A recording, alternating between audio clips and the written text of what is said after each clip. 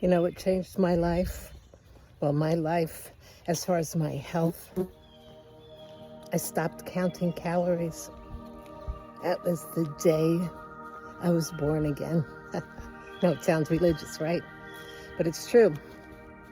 After a lifetime, literally, since I was a teen, of failed diets or counting calories or Weight Watchers. Oh, remember the one meal a day? No, not even the one meal a day, the liquid diet shakes and all that stuff. Failed attempts at these diet plans that really had no clue about what's happening in your body and feed, using that word, feed into a bad cycle. And one day I discovered it, and it was about 3 years ago. And holy cow, it changed my life. And you know what that was? Well, it's kind of the ketogenic way, or low carb, like very, very low carb. So before you start groaning and all, oh, I tried Atkins, and I did too. Atkins was pretty good at the time. It worked for me at the time, but I couldn't sustain myself on it. The keto thing is just a little bit different. You can. But here's the rub. You actually stop. I stopped counting calories. And I eased my way into it because, in the beginning it's tough.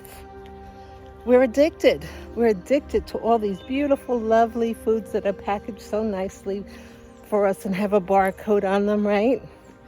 We're addicted to that ever-loving sugar that masks itself as other things and exotic names and liquids and syrups and some other things. Yeah. It's all a lie. It's all a lie.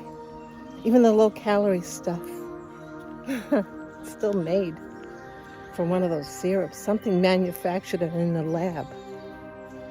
So the idea is to get back to, the idea is to get out of the lab.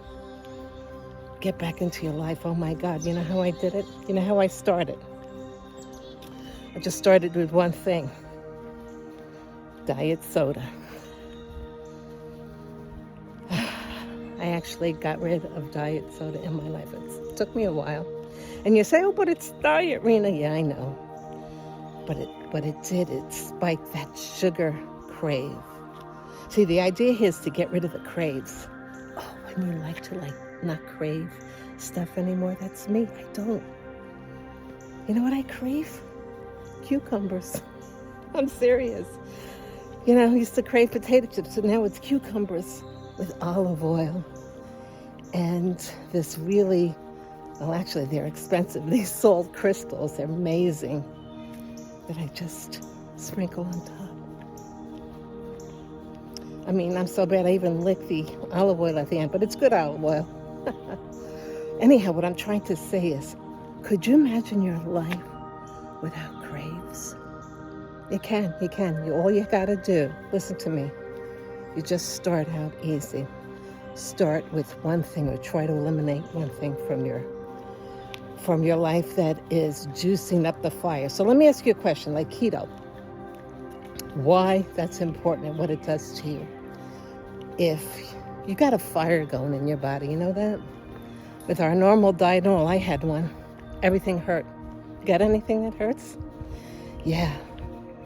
Unfortunately, the carbs, like the bad carbs, they just fire up everything in your body.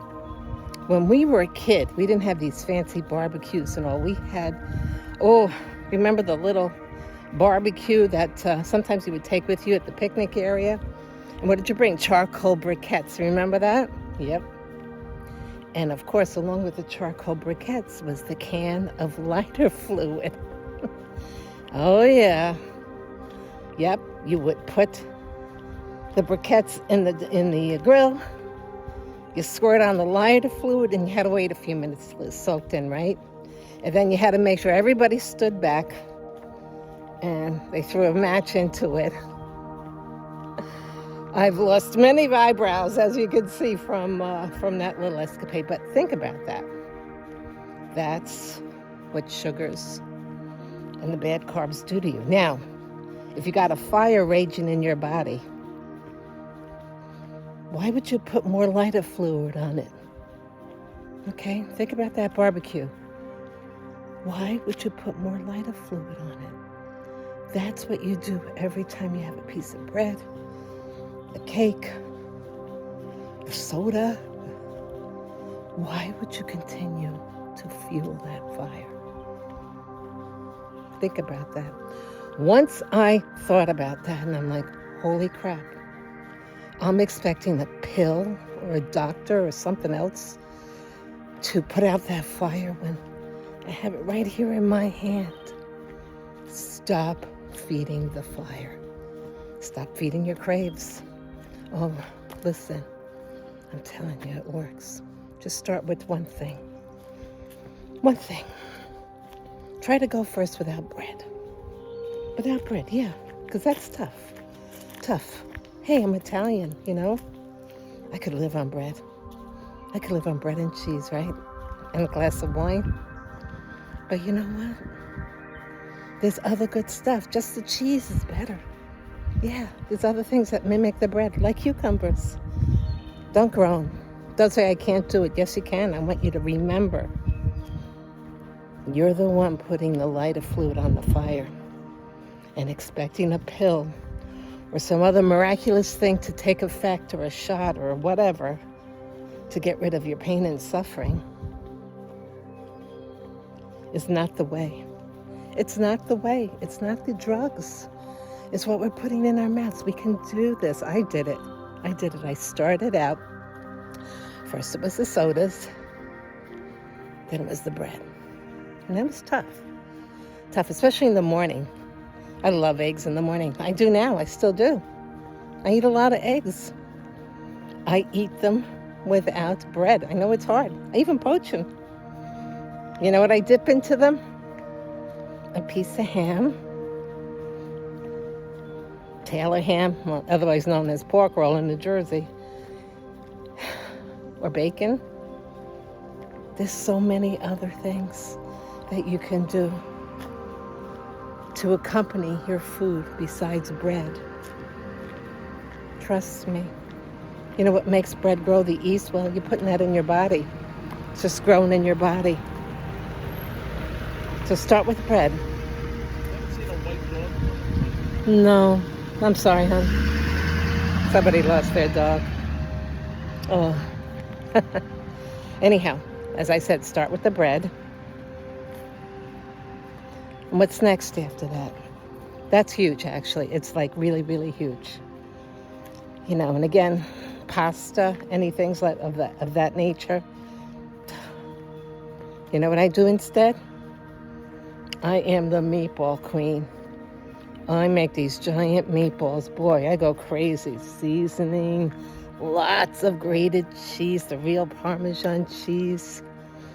And I'm telling you, if I feel like extra, well, I do. I treat myself. I put mozzarella on top. It's mozzarella, not mozzarella. Mozzarella. Put it on top. Then I bake it so it's all gooey. You tell me, does that sound like a diet? That's what I'm saying, guys. Listen, you can do this. It's not going to be your next pill. Get rid of that crap. It's not a pill.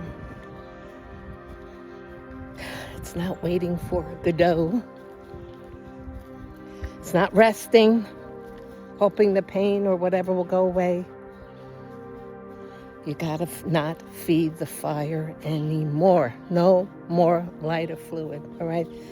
Start out with the most obvious, which is the bread, okay?